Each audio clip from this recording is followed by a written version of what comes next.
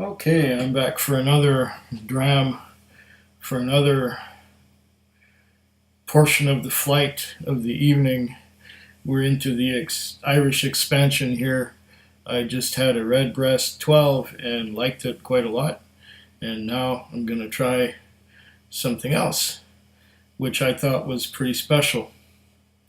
This one here is a green spot, but it's not just a green spot. It is a Chateau Leoville Barton Saint Julien, finished in Bordeaux wine casks.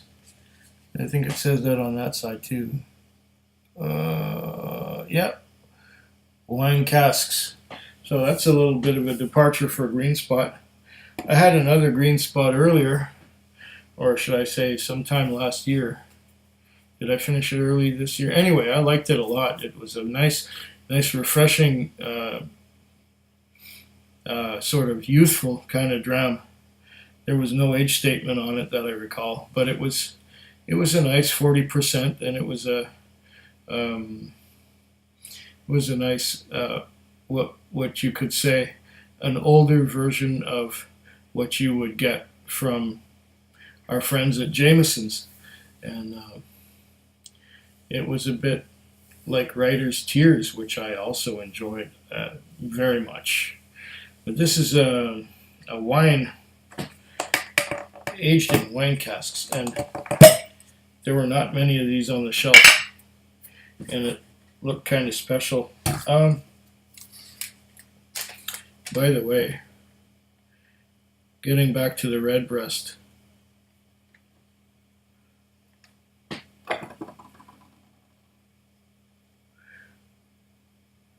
the Redbreast was $83.94 with all the taxes included. But I digress. We're not talking about Redbreast here. We're talking about green spot. Here is our green spot. Chateau Leoville Barton, finished in Bordeaux. And what is a little... Oh, there's a booklet too. Green spot. Chateau Leoville Barton, celebrating a shared Irish heritage. Oh, that must be the chateau right there. And there's a bunch of, what's that? Casks or something, yeah. And nice little pamphlet. I guess I'll read it someday. It goes on the stack with all the others. Let's open this up and pour a dram and let it open up a little bit while I read the contents of the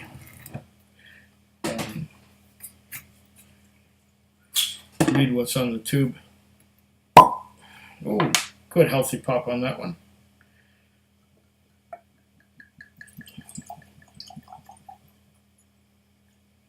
All right. Yes, I know it's a generous pour, so shoot me. How generous was I? Oh, it's 46%. Oh. This is not your run-of-the-mill green spot. Ooh. A lot of fruits already.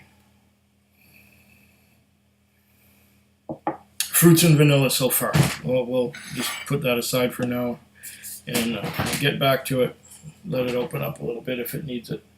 Single pot still Irish whiskey, triple distilled, celebrating a shared Irish heritage. Chateau Leoville Barton, or Barton Saint Julien. Their origins rooted in history. This is small. 2 stories of Irish endeavor and enterprise intertwine, and together are the inspiration for a special edition whiskey. Green spot, Chateau Leoville Barton, or Barton, initially matured in traditional sherry and bourbon casks. Green spot Chateau Leoville Barton was then finished in Bordeaux wine casks, adding an exciting new dimension to this single pot still Irish whiskey, already renowned for its excellent quality. Yeah, it was very nice actually. Tasting notes. I can't read it. It's too small. Look, it's so tiny. I can't read that. Can you read that? I can't read that. Even with this, I can't read that. Does it say anything different on the bottle? Or is it just equally impossible to read? Oh my gosh. Okay. Nose. Oh, this is a little easier to read because it's black on white rather than gold on green.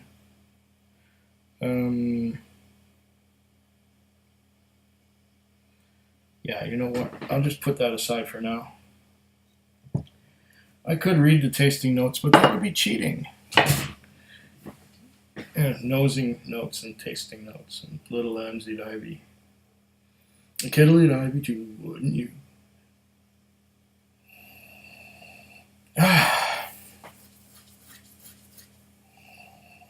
Oh, you know, it's got a rather similar nose to the Redbreast, but there's something a little more zingy in there. I'm quite sure it's the wine, the Chateau Leoville Burgundy Bordeaux, not Burgundy, Bordeaux. Sorry, I don't know my wine from my vinegar, obviously. Not my area of expertise. I actually don't like wine. It took me a lot to get used to the idea of sherry in the whiskey. But this has a lot of medium fruits. There's plums and grapes and raisins.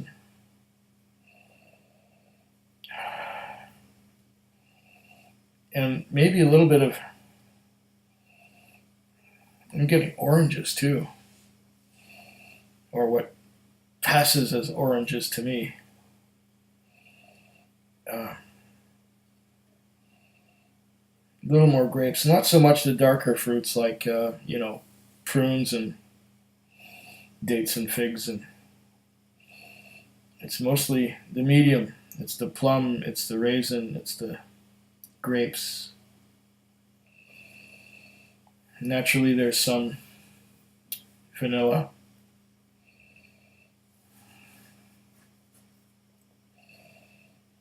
A lot of plum. A lot of plum.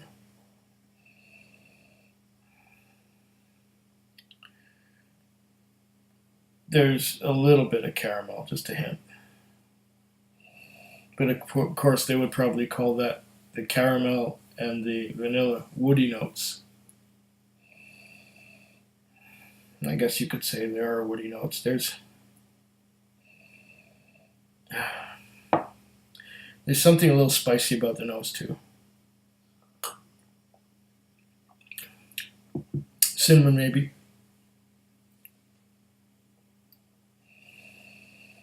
Maybe a bit of apple and cinnamon.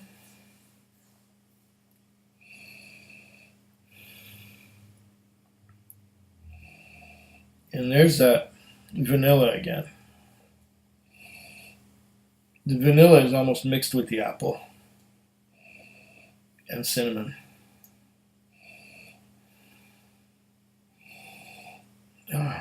Getting something else too. Was that a little bit of cantaloupe? Needless to say, it's got a complexity to it. The complexity added probably by the Bordeaux casks or pipes or whatever, butts.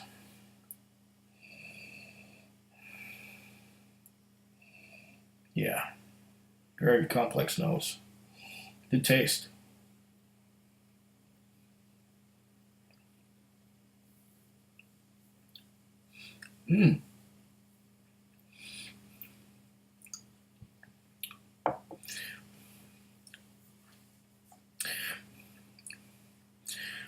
vanilla on the tip of the tongue, fruits on the sides. There's some spice too. The spice is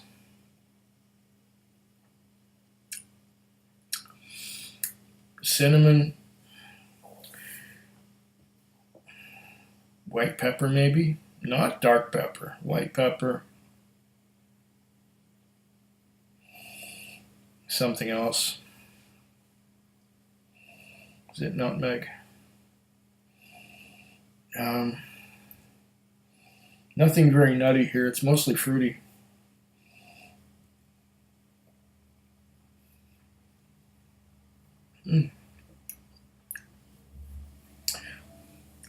Very fruity.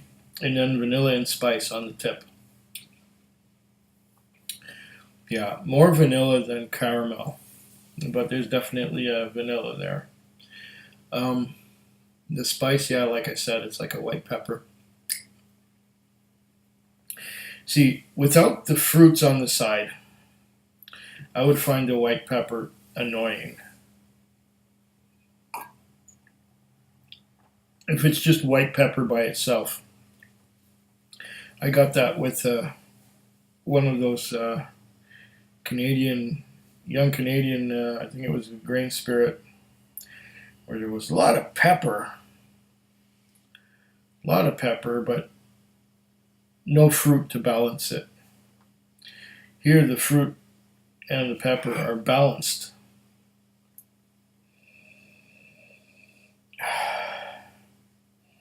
And the nose is quite intoxicating. It's beautiful. This is one of the nicest Irish whiskey noses I can think of.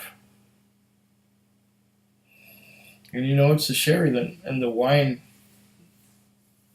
that make the difference. The sherry helps, you know, it's nice, but the wine finishing, the Bordeaux finishing, makes for something quite unique and quite intriguing, which I never would have expected because I don't really like wine.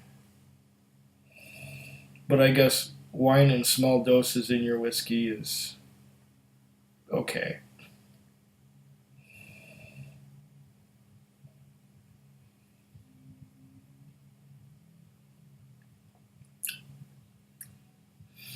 Yeah, that's mighty fine.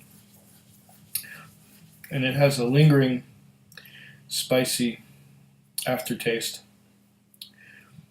that keeps changing subtly. This is very well made. I'm enjoying this one a lot.